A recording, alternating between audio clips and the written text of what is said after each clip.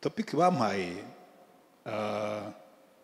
Charles na Jennifer barambwiye ngo ni ingaruka z'amakimbirane mu iterambere ry'umuryango. Nibyo ra cyangwa nabavangiye?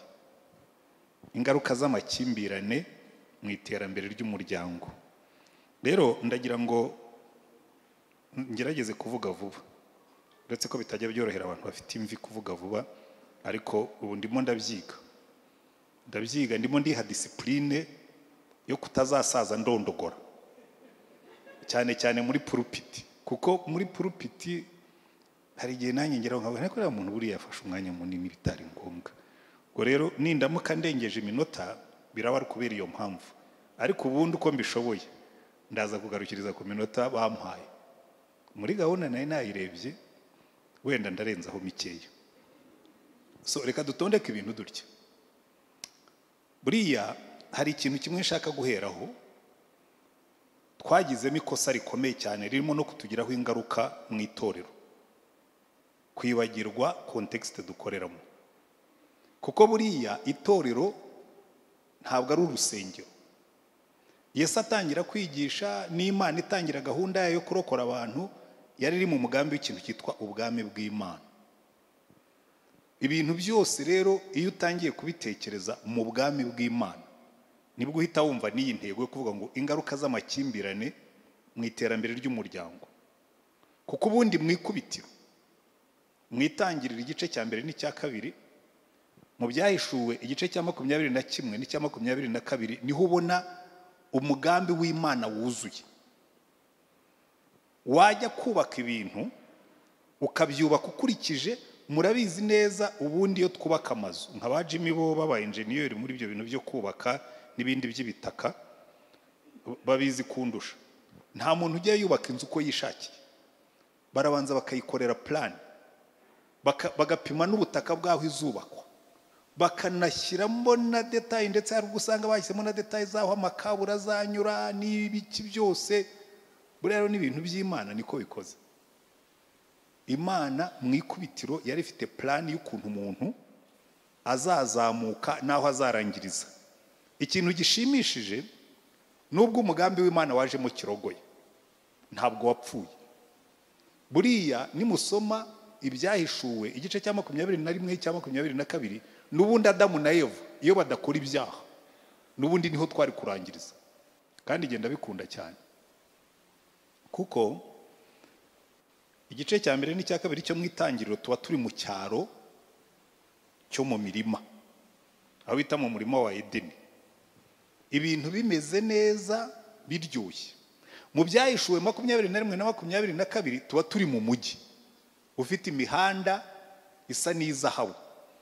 N'ubundi rero muzitegereze, burya iterambere ryose riva mu cyaro rijya mu mujyi. Niyo mpamvu hari umuririmbyi umwe aririmbye atumva nkubwire, Nyabarongo nakwambutse rimwe njye Kigali sinzasubirayo. Kubera iki? Waravuye mu cyaro, nkanjye nakivuyemo. Cyaro kiyo mu byondo mu ijandwe, hanyuma tuza mu mujyi tujya kuri kaburimbo. Buriya rero kaburimbo ihuza abantu. Iyo umaze imyaka utuye kuri kaburimbo ujya ahantu hari icyondo, kumva wibaza niba uri buvuye mu modoka ukagenda, ukibuka ko kera mwajyaga mugenda muri ibyo byondo, ukibaza ukuntu mwajyaga mubigendamo. Rero buriya n'ibintu byo mu ijuru ni kimwe. Hari umugabo witwa Milton, T.S. Eliot, yanditse poeme ndende yitwa Paradise Lost. Aravuga ngo Satani ngo ajya yikuko yavuye mu ijuru akagwa, ngo akicuza yuko atazasubirayo. Buriya rero ushaka kumva neza iterambere ry'umuryango cyangwa ry'urugo, subira inyuma wanze urebe umugambi Imana yari ifite ku rugo rwiza. Usubira inyuma urebe urugo muri context ngari y'ubwami bw'Imana. Ndabibaha mu magambo magufi ya muhumure.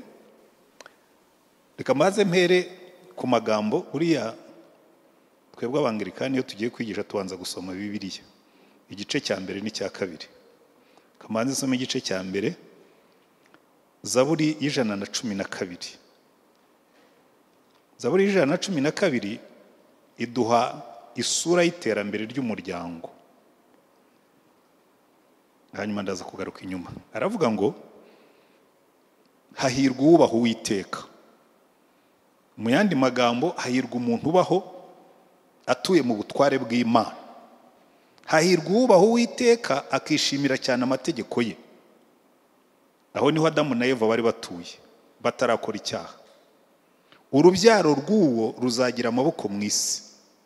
Umuryango w'abatunganye uzahabwa umugisha. Ubutunzi n'ubukire biri mu rugo rwe, gukiranuka kwe guhoraho iteka ryose. Abatunganye umucyo ubavira mu mwijima, uvira ugira imbabazi n'ibambe agakiranuka. Hahirwa ugira imbabazi akaguriza abandi, agakora imirimo ye uburyo butunganye, kuko atazanyeganyezwa iteka. Umukiranutsi azibukwa iteka ryose. Ntazatinya inkuru mbi, umutima we urakomeye wiringiye Uwiteka. Umutima we urahamye, ntazatinya kugeza aho azabonera ibyo ashakira abanzi be. Yaranyanyagije, yahaye abakene, gukiranuka kwe guhoraho iteka ryose. Ihembe rye rizashyiranwa hejuru icyubahiro. Umunyabyaha azabireba ababare, ahekenya amenyo ayage, icyo umunyabyaha yifuza kizabura. Dawidi sinzi impamvu iteka ryose yakundaga kwandika akagaruka gucyurira abanyabyaha, ariko ibyo ngibyo ntibindeba. Ngira ngo byabaga ari kugira ngo abibutse yuko nabo bagomba kuvayo bakajya aho Uwiteka atangira umugisha. So ibintu bine biranga urugo rw'umugisha, biranga urugo rujya imbere. Ubundi iterambere ry'umuryango rigomba guhera kuri ikintu kivuga ngo urugo rurimo Imana ruzagira umugisha. Iterambere, umugisha w'urubyaro. Umurongo wa kabiri uravuga ngo urubyaro rw'uwo ruzagira amaboko mu isi, umuryango w'abatunganye uzahabwa umugisha. So nujya kureba iterambere ry'umuryango, ujye utekereza iyo ngingo yitwa ngo abana twabyaye barimo barajya he.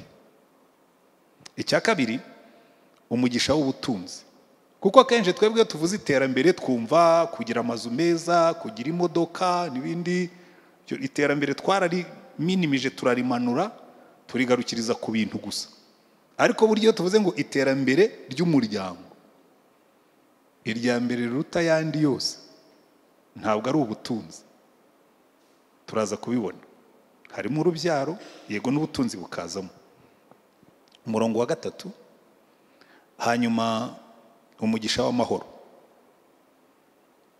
Gutera imbere mu kugira amahoro. Rero nimfata biriya bitatu, iterambere ry'umuryango, akenshi twebwe usanga muri kino gihe turimo abantu bibanze kuri iriya ngingo ya kabiri, bashyiramo ingufu pe, amafaranga abantu barayashaka, ariko barangije batangiye kuyabona, biriya bindi bibiri birabura. Amahoro aba make. Muzitegereze, ndatangara cyane buri munsi. Abantu bashobora kuba abana ari abarokore babiri, ari abakene. Iyo mvuze abakene si ukuvuga ko baba babuze icyo barya. Ngewe ndongora umugore wanjye, nta modoka twari dufite, twigenderaga n'amaguru, ariko tugakundana, sibyo? Hari abandi batangira bagenda batyo, mutega bisi, mutega taxi moto, hari n'abatega amagare, usanga umwe yarazunguza agataro, undi aracuruza akantu, wenda ni umumotari, reka mfate gutyo. Uko ibintu bigenda bizamuka, iriya nivo ya kabiri kazamuka, ubutunzi bwagwira, umugabo akajya areba umugore agahita, ariko uyu mugore ntahuye n'igihe ngezemo, agatangira amahoro akaba make. Aho imigisha yagombye guhinduka iterambere ikabasubiza inyuma. Abantu bakabana, wenda mvaneho ngaho batangiriye mu bukene, n'abandi bose bagatangira bakundana, ariko kubera ko niba uri umugabo mwiza cyangwa umugore mwiza, n'abandi barakureba. Hanyuma ukabona umugabo byagera hagati, ariko igihe uyu mugore mbona nta gishamaje, arashaje. Rugamba niyo yigeze kuririmba indirimbo yabishushanyaga neza, yaririmbye ngo nashatse umugore narutaga, ngo none arashaje igihe nkibyiruka, ngo nzashaka umutoya mumuharike ngo njye numva iryo raha. Uyu mujyi rero abantu benshi, kubera ko buriya nyuma ya genocide, nyuma ya 1994 abenshi twatangiye rwose turi tumeze neza. Ibyo mvuga mbifitiye gihamya no mu barokore birahari, ariko ni faithfulness. Nyuma y'imyaka 35 rega burya haba hahindutse ibintu byinshi. None umuntu agatangira kuvuga ngo n'umugore wanjye ngo ntabwo ngo akimeze gutya, uretse ko n'abagore nabonye nabo babijemo, ariko akenshi ibyo bikorwa n'abagabo. Noneho ryaterambere ry'umuryango twavugaga, ugasanga twagize iterambere risubira inyuma, kuko iyo umugabo yatangiye kubana nabi n'umugore, na rya rindi rya mbere ry'urubyaro rirapfa. Sinshobora kubabarira umubare w'abana ubu mfite kuri counseling list, abagerageje kwiyahura, abari mu biyobyabwenge, inzoga zananiye kureka, abaretse kwiga pe. Umwana kwiga akabwira ati ntumva ntacyo nigira, papa na mama ntibabanye neza, nta mpamvu yo kwigora. Buriya niyo mpamvu muzabona Imana iteka ryose yibwira umugabo n'umugore yensista ku bana. Muri Maraki hari ahantu Imana ibwira abantu ikababwira ngo ariko ngo nabaye umugabo wo kuhamya ubuhemu bwawe ku mugore mwasezeranye, umugore wo mu busore bwawe, ngo nubwo mwari mufitanye isezerano, ngo cyatumye Uwiteka, ngira ngo umuyobozi wa gahunda niwe yageze kubivuga, ngira ngo asenga avuga ati cyatumye Imana itarema abagore benshi. Imana irabisobanura akavuga ngo icyatumye arema umugore umwe ngo nuko yashakaga urubyaro rwubaha Imana, ngo nuko rero ngo ntukariganye umugore wo mu busore bwawe. Kubera iki? Kubera ariko iri terambere tubona ubutunzi dushobora kubugira, ariko iriya ngingo ya nyuma y'amahoro, aho Imana ivuga ngo umukiranutsi azagira amahoro, umukiranutsi azagubwa neza, iyo bibuzemo indi migisha yose iratangira igapfa ubusa, ikangirika. Yewe na buriya butunzi nabwo buratangira bukangirika, ugasanga icyo twagombaga kwita iterambere gihindutse loss, igihombo. Rero iyo tuvuze ngo ingaruka z'amakimbirane mu iterambere ry'umuryango, tugomba kubanza tukareba ariko ni iki cyica iri terambere ry'umuryango. Ugiye ndagaruka muri Bibiliya, buriya nimusubira mu Itangiriro igice cya mbere n'icya kabiri, biduha isura y'urugo rumeze neza, ruzazamuka neza. Icya mbere tubona Adamu na Eva bari babanye neza n'Imana. Iyi ngiyi niyo foundation y'urugo rufite imbaraga. Kubera iki? Kubera ko hari umuntu umwe yarambaje ngo ariko pastor, ngo abarokore babiri ngo ntibashobora kudivorce. Ndamubwira ntoya, nta murokore ushobora kudivorce, ntibibaho. Mushobora kumbwira muti ibyo uvuga ntabwo ari byo. Oya, umunyedini ashobora kudivorce. Burya mujye mutandukanya principe z'ubwami bw'Imana n'amadini. Principe nibyo ngiye kubasobanurira. Umunyedini ashobora kudivorce. Kuba usengera hano muri GSM cyangwa usengera muri Potters Hands ntabwo bikugira umurokore, ntabwo bikugira umuturage wo mu bwami bw'Imana. Ko mu bwami bw'Imana umuturage waho ikintu cya mbere kimuranga yubaha Imana. No muri iriya Zaburi yavuga ngo hahirwa uwubaha Uwiteka akishimira cyane amategeko ye. Bikubwira ngo jyewe Rutayisira Ntwana, umunsi ninjiye mu buturage bw'ubwami bw'Imana hari ibyo ntakora, hari n'ibyo ntashobora kurota nkora. Uretse no kuvuga kubikora, hari sinshobora no gutinyuka kubitekereza, kuko icya mbere nzi Imana, kandi Imana yo irasoma igasoma n'ibyo ndimo gutekereza. Na mbere yuko ntekereza gukora ibyaha, Imana iba yambwiye ngo ariko ibi bintu urimo gutekereza ntabwo bihuye n'umuturage wo mu bwami bw'Imana. Kuzagezaho biba bibi, bikagezaho mpari ku mugore wanjye nkagira inshoreke, cyangwa bikagezaho nzajya mucura nkamuhisha, byo ntabwo byakunda. Kuko umuturage wo mu bwami bw'Imana ikintu cya mbere kimuranga, agira iterambere mu mibanire ye n'Imana. kandi buri munsi ngewe maze imyaka 40, uyu ni 2, uyu ni wa 43 nkizwa. Buri munsi uko imyaka ishira ngenda ndushaho kuba closer, kwegera Imana kurushaho. Abantu benshi usanga ahubwo bakora inverse, uko imyaka ishira barushaho kwitarura Imana. None ugasanga ibintu by'Imana asigaye yumva bitanamushishikaje cyane. Reka mbibarize mwese mwicaye hano, ni bangahe niba mwese mwarakijijwe mujye mumbabarira giye ibintu byo kujya aho nkashyeshya abantu ngo ndabizi ko mwese mukijijwe? Nta garanti mfite ko mwese mukijijwe, ntayo mfite, ni wowe ubizi.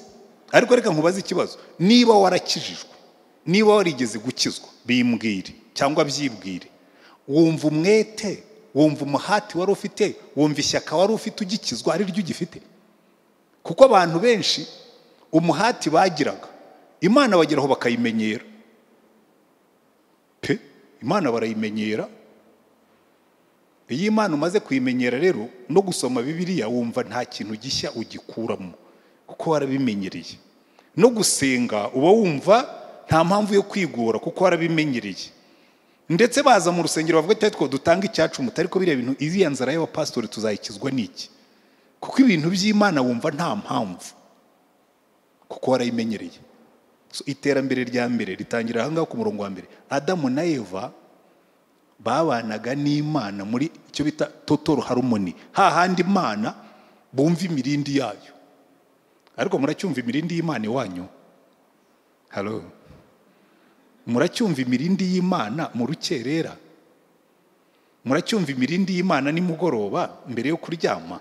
Ukajya uvuga ngo twebwe iwacu twumva imirindi y'Imana iratugenderera, buri mugoroba tuvugana nayo, buri gitondo iyo tubyutse tuvugana nayo, kuko tubyuka imitima yacu ariho iri.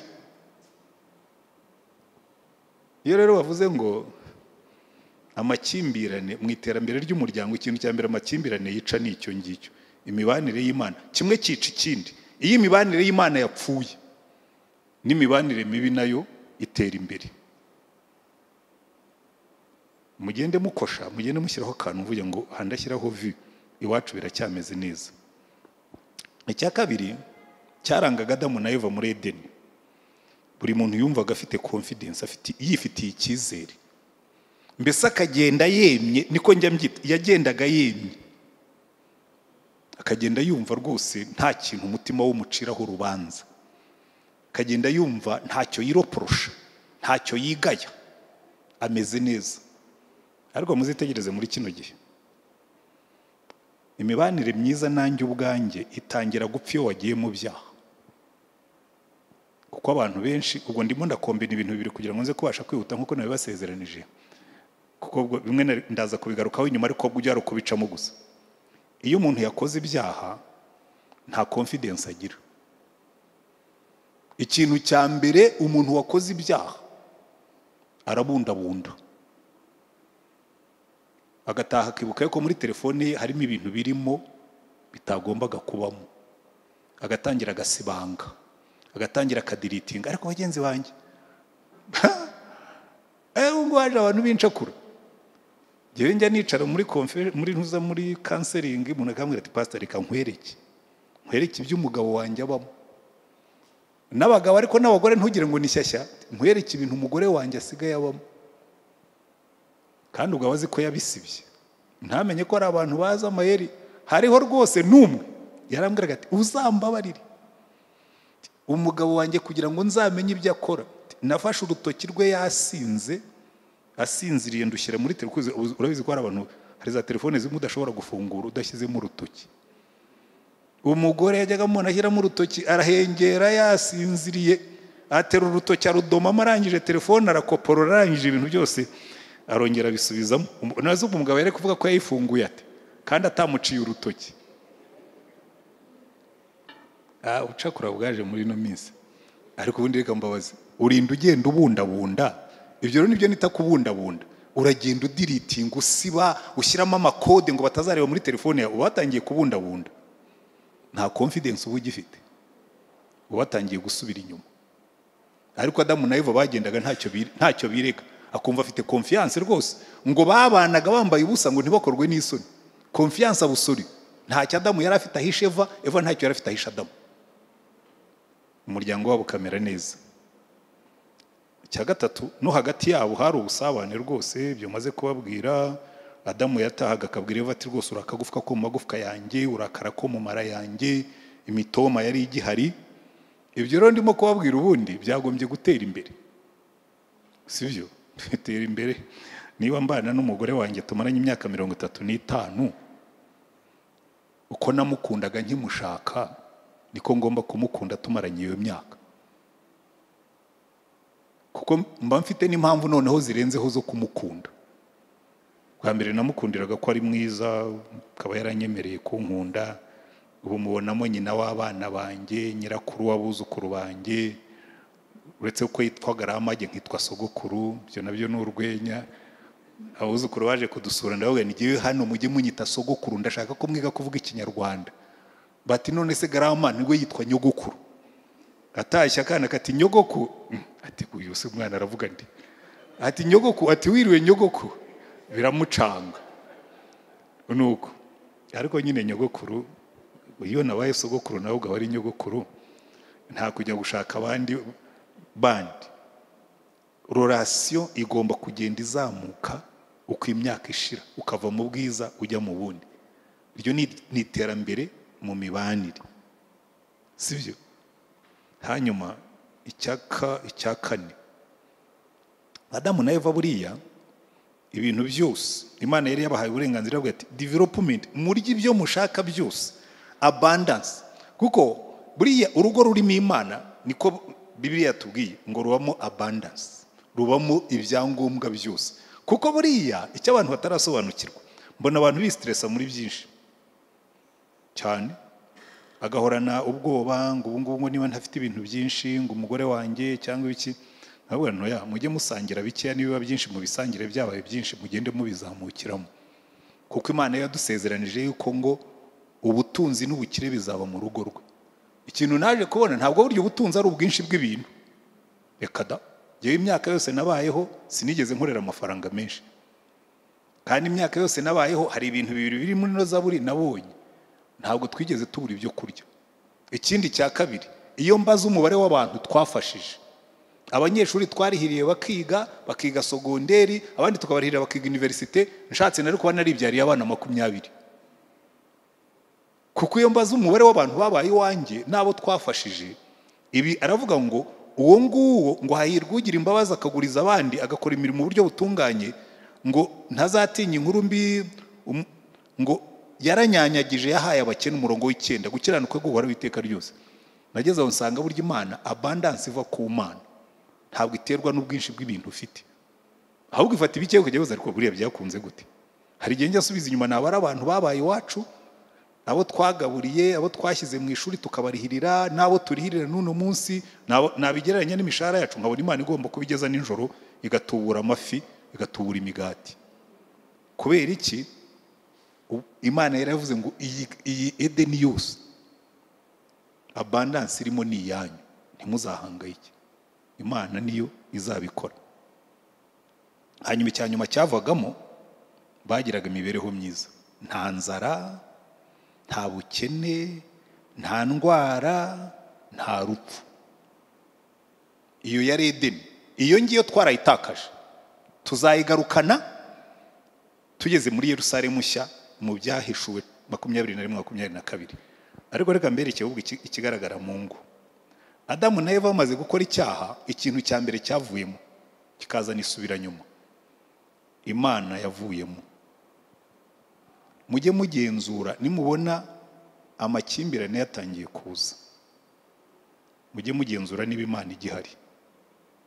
Kuko umunsi Adamu na Eva bakoze icyaha, ikintu cya mbere cyabayeho, batakaje ya confidence bagiraga, batangira kwireba ngo babona bambaye ubusa.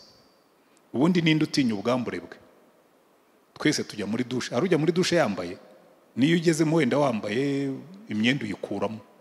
So ikibazo bari bafite ntabwo ari cyo ubwambure ubu ngubu bw'umubiri, ni ubwambure bwo mu mutima, ni ubwambure bw'ibitekerezo. Ni bwa bwambure nahoze mbabwira bw'umuntu uzi ko yakoze ibintu bitari byo, agatangira kubundabunda agiye gutaha. Byinjiye wa munsi. Ndaje mbihuze n'iterambere, ndabangana ku gusoza. umuntu atandukanye n'Imana ije kumugenderera arayikwepa. Nuzabona watangiye gukwepa Imana uzamenye ngo iteranyuma ryatangiye kuza. Icya kabiri, kandi burya umuntu utangira gukwepa Imana wamubwira uti ariko dusenge, ngo erega ngo mba nagize akazi kenshi, ngo senga, ngo nkeneye kuruhuka. Njye byigisha abagore nkababwira n'uwo n'umugabo wawe wajya gasenga, yatangiye kujya mujya gusenga akakubwira ngo senga ngo niriwe mu kazi kenshi ndananiwe, ujye ugira ubwoba. Nawe nubura umugabo ukabona umugore wawe amaze icyumweru akwepa amasengesho mwajyaga musengana, ujye ugira ubwoba. We yatangiye gukwepa Imana, imirindi yayo yatangiye kumutera ubwoba. Iteranyuma rizaba ritangiye kuza, naho ryinjirira. Sindimo kubabeshya, mwisuzume. Hanyuma Adamu na Eva bamaze kwibona ngo bambaye ubusa, biremera ibicocero. Buriya rero ibicocero biri mu ngo ni byinshi byinshi. Ni ibyo bisiba amatelefone, ugashyiramo ibintu byo gusiba muri telefone. Byo rwose muri ino minsi birampangayitse cyane, muzajya mwumva mbivuga kuko buri munsi iyo ngize kesi y'urugo rugenda nabi haba harimo gusiba muri telefone. Ariko ibintu izi telefone zisigaye zikora, abantu barakora ubusambanyi bwo kuri telefone, abantu barakora ibiki kuri telefone. Sinenda kubirondora hano, ababizi murabizi, abatabizi kandi ubwo ndabibarinze, ariko ubwo muzahura nabyo muzabimenya. Hanyuma Adamu na Eva bamaze gukora kiriya cyaha bakarya urubuto Imana yababujije, icyakurikiyeho gisenya ingo zose, amakimbirane. Bicaye munsi y'igihuru, bombi bahunze Imana, bambaye ibicocero. Noneho Imana ureba nta kintu gisetsa nko kwihisha Imana. Yambwira abantu ariko rega ntushobora kwihisha amaso y'Imana kuko yiri hejuru. Hari igihe njye nkina kashikashi nabo buzukuru banjye, harimo gatoya cyane muri bo niko kanakunda gukina uwo mukino. Grandpa dukine hide and find, kakagenda kakihisha inyuma y'intebe. Noneho nanjye nkahagarara hirya nkavuga ko nakubuze, kagahita kavuga Grandpa ndi hano. Burya no kwihisha Imana ni nk'uwo mwana wihisha sekuru. Imana ibihagaze kureba igabaze buri kandi rwose igakora nkaho itakubona, ikakureka ukihisha ukabundabunda kandi guhagaze hejuru. Ko ni Imana y'imbabazi. Ariko bagiye kuyihisha, irazihagarara hejuru ya Adamu, iramubwira ngo Adamu we uri hehe? Ngo numvise imirindi yawe njya kwihisha. Ati ibyo birakwereka ko utanzi neza, urumva uri kunyihisha he koko? None se ngo kuki wagiye kwihisha, ntiwariye cya giti nakubujije? Ngo sigewe nuriya mugore. Iyi amakimbirane, iyo statement yonyine irimo amakimbirane yose tuzi. Yahoze ari akagufwa ko mu magufwa yanjye, ari akara ko mu mara yanjye, none ahindutse nta nubwo ari uyu mugore, nuriya. Hajemo na geographical distance, nuriya mugore. Iyi ngo zitangiye kugenda nabi, hazamo icyo kintu cyitwa guilt displacement. Ibintu byabaye ni we wabinteye, twakererewe ni we wantindije, ibintu byagenze nabi ni we utampaye amakuru. Iki kintu cya guilt displacement. Kandi iyo umuntu avuze gutyo, ngiye nyambwira abantu umunsi Adamu na Eva bavuye imbere y'Imana, amaze kumutunga agatoki, urugo rugomba kuba rwararaye nabi. Ambwira ati ubona ngo duhagarare imbere ya boss undege, ubundi soro mara uriya rubuto ntitwari kumwe, kuki se utambujije? Ese niba warabonaga ngewe nakoze amakoze, kuki utanze kururya? Nurangiza byose ubinshyireho. Iyo mvuga se ubu ntabwo mujye muyumva. Kandi immediately ibintu byose byahise bipfa, ubukene bwahise buza. Imana irababwira ngo rero Adamu na Eva, ndabona mudashaka kwemera ibyaha byanyu. Icya mbere, ubukene buraje, ugiye kujya urya wiyushya kuyo, stress ziraje, uzajya urya wavunitse tu. Icya kabiri, bwa butaka bwakumviraga bukakumereza imyaka bugiye kukurwanya, buzamera amahwa n'ibituvu. Stress zaba nyinshi na environmental climate change n'ibindi byose bize bikurwanya, iterambere ryawe riradindiye, ndiranadindiye birenze. Ibwira umugore ngo nawe wa mugore kuva wumviye iriya nzoka ntunyumvire, namba abantu uzajya ubyara ubabara. Ubundi nta mugore wagomba kubyara ababara, yari kujya abyara mu munezero, ariko kuko buriya kubyara ubabara ni igihano, kubabara ubundi ntibyabagaho. Icya kabiri kinakomeye, kwifuza kwawe kuzaherera ku mugabo, ugiye kuba dependent kandi nawe azagukandamiza, azagutwara. Wumvise ukuntu ibintu byagiye bisubira inyuma, bikubwira ngo noneho iyo binagarukiraho gusa, irangirira ababwira ngo kandi ubu na mikorobe zose n'inyamaswa zose ibyabatinyaga byose bigiye kubarya, gupfa ko muzapfa. Burenge mbwira abantu nkababwira ngo mwari muzi ko burya mikorobe zari ziri muri Edeni. Hari abantu bakubwira ngo urumva ngo hari mikorobe nshya. Nta mikorobe nshya zibaho. Ejo bundi coronavirus yaraje, bati yavuye mu bucurama. Ubundi se ubucurama ntibusanzweho, zavuye zite mu bucurama zituzamo? Ntihabuze umuntu wari agacuramo. Na Marburg baravuze ngo mu Rwanda ngo Marburg ngo yavuye mu bucurama ngo buba mu buvumo. Ubwo buvumo ntibusanzwe ino. Marburg yavuye ite mu gacurama ikatuzaho? Uzi cyabayeho? Virusi zaradutinyutse. Ko kuva umuntu yakoze ibyaha, Imana yaravuze iti gupfa ko muzapfa, se tuzicwa n'iki? Imana ibwira virusi ngo muzuriya muntu namwambuye cya cyubahiro yari afite. Waruzi buriya nk'iyo wari umuyobozi wategekaga abantu bakakudegarada, bashobora no kukudegarada utabimenya, ukaza ku kazi wenda utumvise radio, wabwira umukozi utiye guyotaka gatese ari mu biki ntabwo yumvise ko yero pepa yasohotse atakiri deje. Uretse ko ngira ngo iyo bakumanuye umenya hari ababihutira kubikubwira, ariko icyo nendaga kubabwira, abantu wategekaga ntihongera kubategeka. Icyubahiro cy'Imana cyavuye kuri Adamu na Eva, ibyo bategekaga byose byarabatinyutse. Mikorobe zirabarya, impyisi zirabarya, intare ziraturya, urupfu rwinjiramo. Tubihuze rero n'ubuzima bwa buri munsi. Hanyuma nsoze, buriya nimwitegereza neza muzabona yuko Adamu na Eva amakimbirane yavukiye mu byaha. Niyo mpamvu nababwiye ngo iyi Imana iri ku ngoma yicaye mu rugo, indi migisha yose izikurikiye, ariko iyi Imana yavuye mu rugo yimukana n'ibyayo. Icyo nyikundira, ibyo yari yaraguhaye irabigusigira. Niba yari yaraguhaye ubutunzi, kaguha amazu, kaguha amafaranga, ntayitwara, rahwiritse sawa bisigarane. Impano z'Imana ntabwo igize isubirana, zimeze nka fiance cyakora w'inyangamugayo. Hari abantu muba mwarakundanaga, waramuguriye udukado twiza, wenda tw'udukanzu, waramuguriye imikufi y'izahabu, hanyuma akagutera akadobo nk'uko abajene buno munsi bavuga. Iyo uri inyangamugayo urabimurekera, udukufa akajya twambara n'udukanza akajya dukugumana. N'Imana niko ikora. Ibyo yaguhaye byose Imana, Bibiliya yatubwira ngo impano z'Imana ntizisubirana. Buriya ntimuzabyibeshyemo, ikintu ubwo kigenda kiyikurikira iyo igiye amahoro. Iyo Imana igiye, amahoro yayo yo arayikurikira kuko ni umwami w'amahoro. So iyo Imana igiye, amahoro aravuga ati cyakora jye ntusiga hano, ndaje tugende. Ukagira ubutunzi butagira amahoro, ukagira urubyaro rudafite iyo rugana, kuko Imana yagiye. Reka mbaye ingero ebyiri. Urwa mbere ni urwo rwa Adamu na Eva. Ariko muzi umugabo witwa Nabali na Abigayili.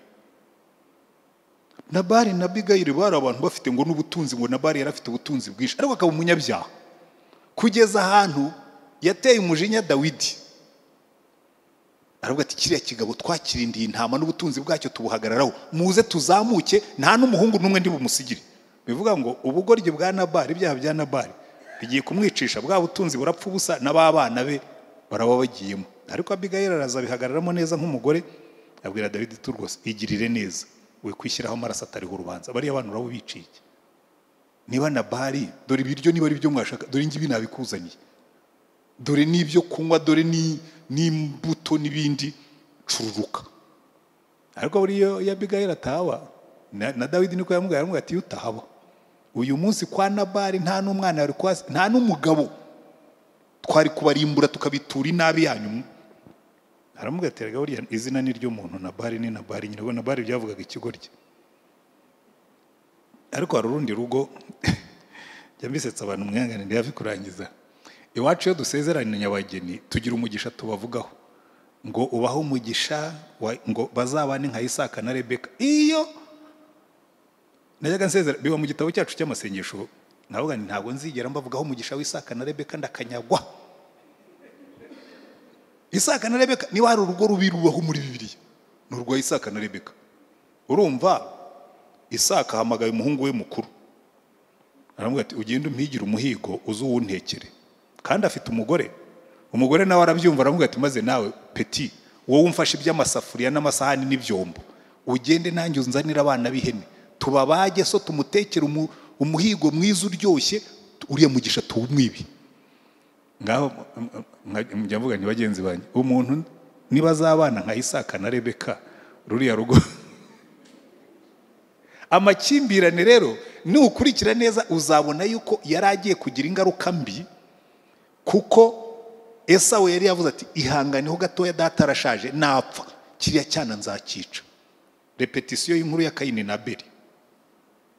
Iyo umuryango wagenze nabi no mu bana iterambere ryabo riradindira. Ariko nabaha n'izindi ngero, ariko reka ngarukiriza aho ngaho. Ariko ushatse mwafatana na Yosefu na bene se. Umugisha wa Yosefu ababwira ati ariko jye numva mfite vision, bene se bakabimwangira baramugurisha, uretse ko Imana yamutabaye. Ariko iki rero ni ikintu ngira ngo tunatekerezaho, niyo mpamvu nshaka ko ari cyo ndangirizaho ngana ku musozo. Nari ndimo gusoma ikinyamakuru kimwe cyitwa Times, ndimo gukora ubushakashatsi kuri, murabizi muri no minsi bavuga yuko urubyiruko rufite agahinda gasaze, hari depression yanazamutse cyane, si mu Rwanda honyine by the way, kuko no muri Amerika n'ahandi bavuga ko depression yarazamutse cyane.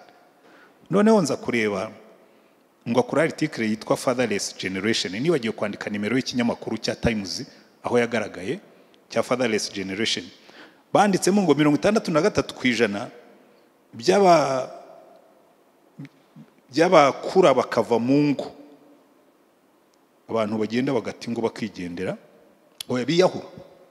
Nari mfashe 63% by'urubyiruko rwiyahura bava mu ngo aho umugabo n'umugore bafite amakimbirane. Kandi naje gusanga bishoboka, kuko na hano cases nyinshi mfite izabana bava mu ngo ziri divorce. Mfite abana bageze nko kuri bangahe ndimo gukanseringa bagerageje kwiyahura na hano mu Rwanda. 90% by'abana baba ku mihanda, abo bita homeless children, 90% bava mu ngo aho umugabo n'umugore batumvikana neza. Muzumve na hano mu Rwanda iyo bavuga bari abana babo mayibobo, abenshi bava mu ngo z'umugabo n'umugore batumvikana, iterambere riba ryadindiye. Abagira ibyo bita behavioral disorders, babana bagorana ku mashuri, usanga bafite 85% bya bene abo bana bava muri bene izi ngo aho umugabo n'umugore batumvikana. 80% y'aba bana bafata ku ngufu kubera ibyo bita anger problems, bagira ibibazo by'umujinya bakavamo abarepisi, babantu nyine bafata ku ngufu. Usanga iteka ryose nabo 80% by'abo bakozeho ubushakashatsi bava muri bene izo ngo aho se na nyina babaga batabana cyangwa batabana neza. 71% y'abana bata amashuri bava muri bene izo ngo ziri fatherless. So iki kintu rero cyitwa amakimbirane mu rugo, ya migisha itatu navuze murabibona. Icyambere Imana yaravuze ngo abantu banyubaha bakagendera mu mategeko yanjye, number 1 urubyaro rwabo ruzagira amaboko mu isi. Noneho hano ubushakashatsi butari nubwo muri Bibiliya bukatubwira ngo iyo bigenze bityo 83% by'abiyahura bava muri bene izo ngo 90% y'abana bo ku mihanda, 85% bagira behavioral disorders, 80% by'abarepist, 71% by'abata amashuri. Kubera iki? Wa mugisha wa kabiri iyo haje amakimbirane mu rugo nawe uragenda. Twabigarura dute rero? Ndashoje. Ibyo natangireho mbabwira ngo ingo z'uno munsi mubona zisenyuka zibamo abanyedini ariko badafite Yesu nk'umucunguzi n'umwami. Kuko iyo ufite Yesu nk'umucunguzi n'umwami n'ibyo bibiri si kimwe. Hari abantu bafite Yesu tuzuye. Yambyisha abantu babwira ni hari abantu bafite Yesu wo kuwa gatanu. Yesu wo kuwa gatanu bari bamumanitse ku musaraba yapfuye kubw'ibyaha byacu. Ariko Yesu wo kuwa mbere yari yazutse avuga ngo ubu nahawe ubutware mu ijuru no mu isi. Ni umwami. Iyo rero Yesu ari umwami wawe hari ibyo udakora.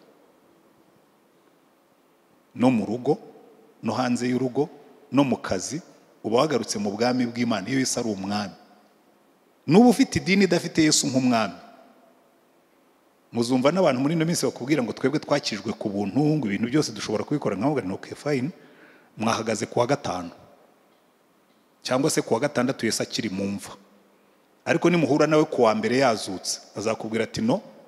Muribuka abigishwa ba Emawusi bagendanye na Yesu, bageze mu rugo Kareopa agiye kumanyura umugati aramubwira toya, iyo naje suko bigenda. Nahani muhira nigiye umanyura umugati mba ndi umwami everywhere. So ntabwo wigenga iwawe. No mu rugo araza akaba umwami akabwira ati no, watangira kuzamurirwa akabwira toya, mu rugo mbere y'umwami nta mugabo uvuga azamuyijwe. Uri umutware w'urugo, je nkaba umwami warwo. Ko buryo umwami n'umutware, umutware aba umutware munsi y'umwami. Yesu aza ari umwami, ntabwo ajya ari umutware. Nta nubwo ajya akora kudeta. Araza akakubwira ati hano ni iwawe, uri umutware, je ndi umwami. Amabuvu. Iki rero nicyo kizadufasha, kuko iyo yamaze iyo byagenze bityo, bya bintu byose tubona mu itangiriro bitangira gusubira mu buryo. Kuko iyo yabaye umutware, iyo yabaye umwami, ni nacyo nkundira system y'ubwami by the way. Buri umwami yari responsable ya welfare y'abaturage be. Hari igihe ubona ibihugu bibayeho nabi kuko bifite abaperezida, cyangwa n'abami bafite ntabwo ari abami bo mu buryo.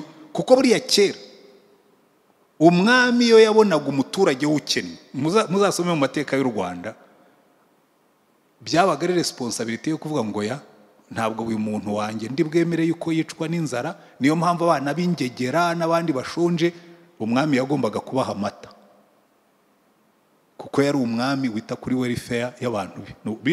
Iriya migisha yose rero Imana irayizana, iterambere ryacu ryubakira kuko badufite Yesu nk'umwami. Ko Bibiliya yatubwiye ngo hahirwa umuntu wubaho Uwiteka akita ku mategeko ye.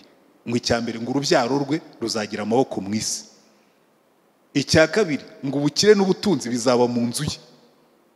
Icya gatatu ngo amahoro azabana nawe, kuko Yesu ni umwami w'amahoro. Reka rero ngarukiriza aha ngaha, kuko iyo abantu batangiye kugenda kuriya, umugabo arongera agasubirana n'umugore, bakajya babana bambaye ubusa ntacyo bishishanye muri transparence abusore. Ikorwa ite? Kwicara mukaganira ibintu byose. Rwose niba ufite amafaranga mu mufuka, umugore wawe akaba azi ko ashobora kuyamenya, niba uyafite mu isakoshi umugabo akamenya ko uyafite, ari kuri konti akabaza uko angana.